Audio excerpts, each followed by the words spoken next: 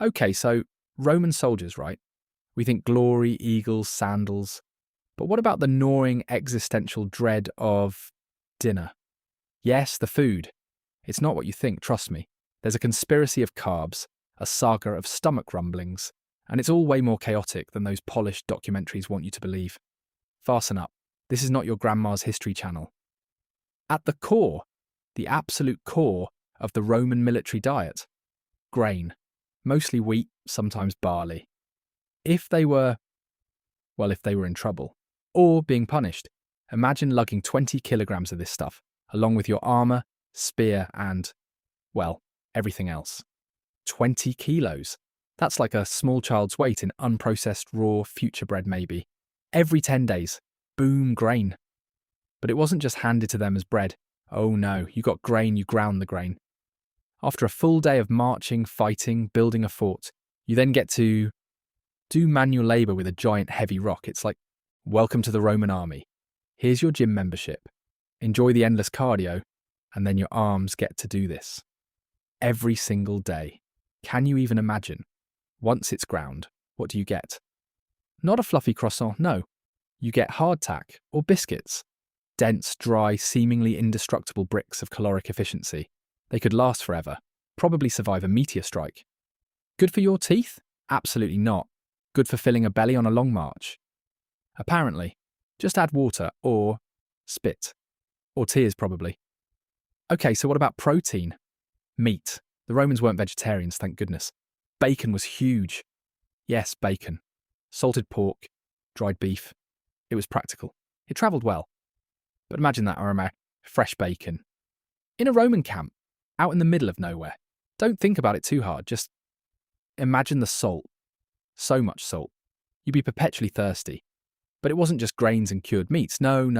They ate vegetables. Shocking, right? Lentils, cabbage, onions, leeks, wild greens. Sometimes even olives. When they could get them, of course. It's not like there was a Roman Amazon fresh delivering to the front lines. They'd forage, requisition, or simply hope. A lot of hope, actually. Now for the really wild part, garum. Don't look it up if you're eating. Actually do. It's fermented fish sauce, like really fermented. Rotten fish guts, salt, left in the sun. For months, it was their ketchup, their soy sauce, their everything. Drizzled on. Everything. Imagine the smell. Imagine the taste. This was not a subtle condiment. This was a statement. A very pungent, fishy statement. And to wash it all down, not just water. Oh no, they had wine, yes, but often it was posca. Water mixed with vinegar, sometimes herbs. It was acidic. But it was safer than questionable water sources, and apparently it gave you a bit of a kick. Or maybe just heartburn. I imagine it mostly gave you heartburn. Like a primitive, very aggressive Gatorade, but for war. When supplies ran low or they were on campaign, Roman soldiers were also expert foragers. Hunting, gathering, pilfering. They knew what was edible, what wasn't, and probably what would just give you mild indigestion. It's a skill you learn quickly when your life and your stomach depends on it. They were basically survivalists, but with better armour. And more garum. But how did all this stuff even get to them? Logistics. Imagine trying to feed tens of thousands of men, marching across vast, often hostile territories. Wagons, ships, pack animals. It was an administrative, logistical nightmare of epic proportions.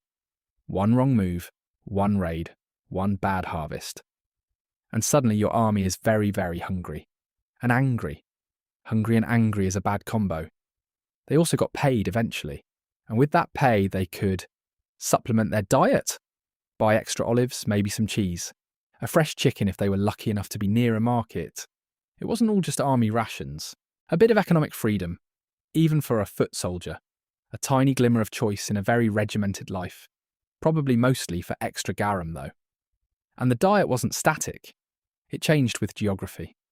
In Egypt, they'd eat dates and papyrus root.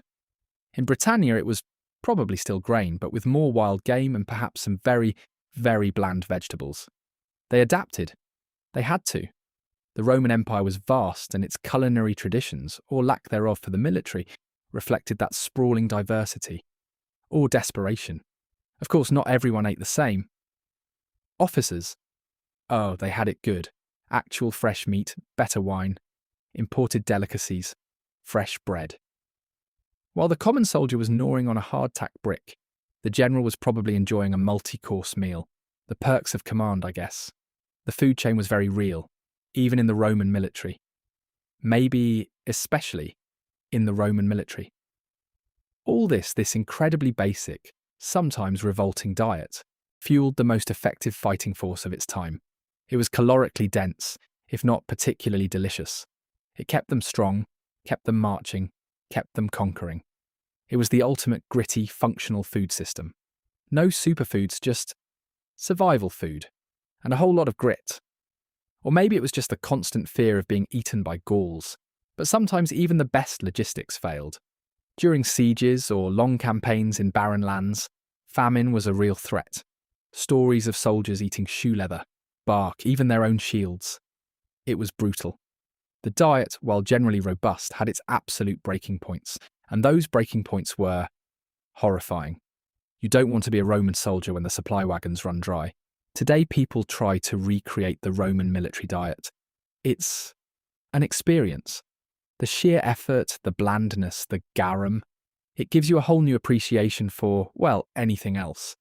It wasn't about gourmet meals, it was about pure, unadulterated sustenance. Efficiency over enjoyment. A very Roman concept, actually. Apply to all aspects of life.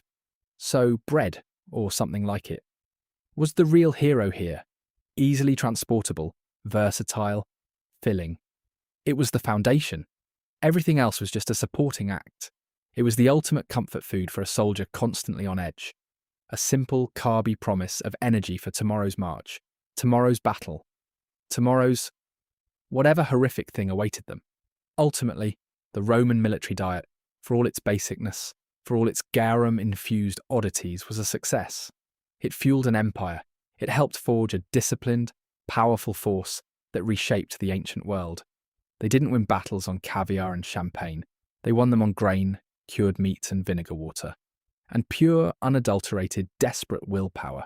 So next time you're complaining about your lunch, remember the Roman legionary, grinding his grain, pouring his garum, contemplating his posca. It puts things in perspective, doesn't it?